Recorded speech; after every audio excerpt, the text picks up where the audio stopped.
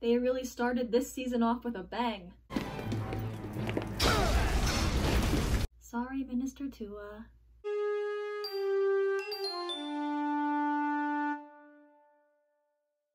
Welcome back to Rebels Revisited. This is ridiculously exciting. Season 2 is my favorite season, and it kicks off with an incredible premiere, so let's talk about it. This is The Siege of Lothal Part 1, Revisited. I can't revisit this without talking about the memories of it. Siege of Lothal hype nostalgia is so powerful. This was one of the best times to be a Rebels fan. I think that when this came out and then the weeks following 0 Hour were the two best times to be a Rebels fan. But anyway, I remember it was shown at Star Wars Celebration that year, and I was looking up all of the spoiler-free reactions that I could possibly find. And it aired in June, I think, as like a TV movie, you know, months ahead of the season officially starting. And it was so exciting. You know, like the hype about Vader specifically was just unreal. And I remember thinking, like, how am I gonna wait until fall to see what happens next? Like, such a good time to be a fan. So anyway, the actual episode. It starts with a really great battle sequence. It's an exciting, high-energy scene and a great reintroduction to our friends on the Ghost. We get to see them right in the middle of the action, working as a team and bantering as always. It also immediately establishes how things have changed since season 1 with the inclusion of Phoenix Squadron in this fight. The tension between Kanan and Hera is also subtly introduced in this exchange. Kinda nice having Phoenix Squadron watching our backs. We always did alright on our own. True, but I prefer life with our new fleet, flying solo. Oh, you were solo. Right now, this is banter, you know, this is not an argument, but it's casually introducing this problem where Hera is down for being a part of the larger rebellion, and Kanan is not. Hera likes having Phoenix Squadron around, but Kanan insists that they were fine on their own and that nothing has to change. Even in banter, even when joking, he is resisting this change, and he is resisting the war. It also speaks to how Kanan and Hera come from two very different experiences with war. You know, Hera grew up in war. It's a part of how she understands the world. It's just a part of life to her, you know? She understands why wars happen. She knows from her family how her own homeworld was liberated. Kanan, meanwhile, grew up in the temple on Coruscant, aware of the war, but untouched by it. When he entered the war, the romance of it quickly wore off, and he was scarred before the Jedi Purge even happened. So once that happened, like, you know, forget it. So Hera views war, I think, as sort of a necessary monster, you know, maybe something that can't be avoided. Meanwhile, to Kanan, war is a disease. It's something that should be avoided at all costs. That tension is expanded upon the next time we see the rebels when they're at a debriefing. Kanan is positioned separate from the group, looking as unprofessional as possible. Also notice how he's reacting to this situation. Look at the way he nervously taps his heel, the way he scowls and rolls his eyes. He then deliberately ignores protocol and just orders Chopper to play an incoming transmission. He gives this little spiteful shrug to Hera, and overall, he's sort of acting like a child. He's acting rather childish. His trauma from the Clone Wars is being prodded at right now. Having trauma like that in his childhood very likely caused some level of emotional immaturity or stunted emotional growth, especially since stunted emotional growth is often linked to how much support a person got after a traumatic event and how healthily they coped with it. Kanan received no support in the wake of Order 66, and he also did not healthily cope with it. So even though he is an intelligent, mature adult, he has this childish behavior linked to his trauma. Now, he used to be a lot worse off, and since meeting Hera and finally gaining emotional support through her, he's clearly grown a lot in how he deals with emotions. Like, compare him in A New Dawn to him in Season 1 of Rebels. It's an extremely clear difference. But in this situation, where his specific trauma is being directly recalled, he's falling back on that emotional immaturity and acting sort of childish. He's grown so much in a lot of ways, but this season finally sees him directly confronting the root of his issues, the Clone Wars and the Jedi Purge. Now, the next scene really gets into this when Hera approaches Kanan about his behavior at the debriefing. It starts out confrontational, you know, they're arguing a bit over how Kanan acted without authorization, and Kanan snaps that he's bothered by protocols and procedure. It's at this point when Hera lets up. She softens and she says, "Then talk to me." That's some healthy relationship behavior right there, and we love to see it. Instead of fighting, Hera diffuses the argument. She knows it's more beneficial to have a constructive conversation and to be open about what bothers them instead of being argumentative. And that's a way where you can tell how much Hera loves Kanan. Of course, you know, we have the scenes where they hug, or she calls him dear, or they make suggestive jokes, but this is a major display of affection too. Hera takes care of Kanan, and that's kind of huge. Let's be real, it's probably not easy to be Kanan's main pillar of emotional support. Kanan has issues, you know? Kanan's not healthy, and he shouldn't be condemned for that, obviously, you know? It's incredibly sympathetic, and he should be sympathized with, and he should be understood, and you know, that's not what I'm saying. That's not what I'm saying. But what I am saying is that it can be a lot to be the main emotional support for someone who has a lot that they're dealing with, you know? And Hera is always there for him, always so willingly, so lovingly there for him.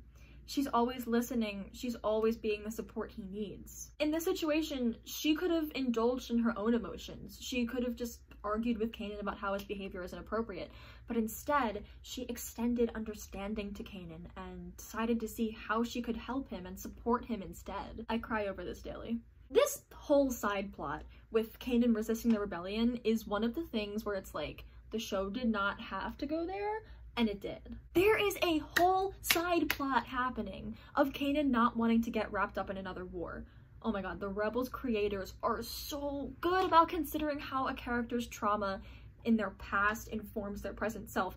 They are always on top of that, and it's really incredible that they do this, that they integrate points about trauma and mental health into their story. And it's a great example of proof that a story doesn't have to be about mental health to touch on it. You know, like, this isn't a story that's like explicitly about how to deal with trauma in any way. Like, this is Star Wars, for goodness sake, you know? It's a space fantasy about a rebellion and an ancient religion where people have magical powers. You know, like, if they didn't include this aspect of the story at all, no one would question it. You know, maybe people would just go write fanfiction to explore the issue and it would be fine. But this series is better than that. And since it's better than that, this issue naturally arises. The rebellion is bound to grow larger. That's already a given. We already see where it has to be by, you know, A New Hope or by the original trilogy. So we know where the rebellion has to be by the end of this series. So it has to grow. Now we have Kanan, who observes that growth. He sees the ships and the squadrons and the uniforms and the Navy ranks, and of course he knows what's going on. The Clone Wars continues to define Kanan even now that he's a fully grown adult. Again, he never faced this trauma, he just shoved it down. Now, you experience something like the Jedi Purge, and it can change you. Like, fundamentally change you. And years go by, and it's still a part of you, and that's what we're seeing with Kanan here. Freddie Prinze Jr. gives a great performance in this scene. Let me play his lines. These soldiers helped save your life. And I'm grateful, but that doesn't mean I want to join their little army. When you and I started together, it was rob from the Empire, give to the needy, a noble cause. And now we're getting drawn into some kind of military thing. And I don't like it. I survived one war. I'm not ready for another one. I saw what it did. To the Jedi. To everyone. His delivery sounds so real, perfectly getting across Kanan's discomfort with vulnerability and his anxiety. The little laugh on join their little army, the mumble of, and I don't like it, how serious and clipped his voice gets on. I saw what it did. It's a progression from trying to prevent vulnerability to feeling uncomfortable as he can't avoid it. Look at how he turns away from Hera once he starts talking about the Clone War, and how he keeps his body turned away from her. It's a defensive position he assumes because he's uncomfortable with this vulnerability. Now, Kanan is open about plenty of things, but Order 66 is locked away. You know, he's reluctant to open up about that one. It's his deepest and most tender trauma. It's the one thing that makes him feel truly vulnerable. This season gives us a really good picture on how that has affected him. You know, it's been 15 years since the Jedi Purge. You know, 15 years, Kanan is around 30 years old, full adult. 15 years have passed, and Kanan still says, I'm not ready for another war. Doesn't matter how long it's been. Kanan never healthily coped with that intense traumatic experience, so it's still an extremely tender spot for him. He's cornered himself into a really unhealthy space by letting that wound fester. He needs a therapist, but unfortunately, he's a wanted criminal. I think I subconsciously started this video series for the sole purpose of psychoanalyzing Kanan. And what's next? What's next? What's next? So the crew is going back to Lothal to help Minister Tua after getting a distress call from her. She wants to defect from the Empire. On the transport, Ezra feels a coldness like he did in Gathering Forces when he brushed with the dark side. They're planting the seeds for the Vader confrontation, and I like that build of tension. When Ezra steps out of the transport and he looks at how many Star Destroyers are in the sky and he says, it's gotten worse, it makes me so sad. Over the course of the series, Ezra sees the different stages of Lothal getting beaten down into nothing under Imperial rule. And like, this is his home. It's the only place he's ever known, and he has a deep connection to it. And until Sabine and Ahsoka find him, which we can only assume they do, he doesn't even know that his heroic actions actually did allow for a full restoration of Lothal. Like, he didn't get to see that happen. I get real deep in my feelings so fast over this. So I guess the next big thing to talk about is Minister Tua. She just dies in 2 seconds, just like that. Consequences, you know? I kind of feel bad for her. You know, I don't think she quite realized what she was getting into with the Empire. Now, she's been tasked with finding information on the rebels and is frustrated by the lack of results, as we learn earlier in the episode. And that scene from earlier in the episode is actually really interesting. I'm gonna talk about it. She's like, I've exhausted every resource. What more does Tarkin expect? To which the answer is, he expects Lothal to be punished. Now she's like, I've doubled patrols, I've set up checkpoints, established curfews, what else can I do? To which Vader says, you lack imagination. Her mind doesn't go to brutal places like Vader or Callus, you know? She just sees herself as a regular government official. She's just genuinely trying to do her job, nothing more. So after that conversation, it really makes sense for her to defect. Now, of course, her life being in danger is a part of her desire to defect, but the Empire isn't what she thought it was, and that's clear now. It's a shame that she dies, like, before she's really even free of the Empire, you know? It's a pretty brutal situation happening. And it shows the sort of stories that this show is willing to tell when it has to. Dave Filoni is on record saying that he doesn't always want redemption to end in death, just to like send good messages about doing the right thing, you know? But we also have this example of someone who tried to do the right thing and unceremoniously died for it. So we have both things going on here. All right, now how about 3 fun things? 3 fun things. 1, this shot of the dome literally looks like a painting or concept art. It's beautiful. 2, Chopper the murder droid. 3, this line is great. Are you crazy? Does anyone ever say yes to that question? On a less fun note, Ezra gets to watch his home burn, and he says, guess there is no going home.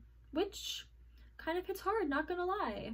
Everything is changing so fast for him, in ways that are permanent and he can't come back from. His life is changing at a breakneck pace in ways that he's choosing, but also ways that he has no control over, and it's just a lot. And finally, enter Vader.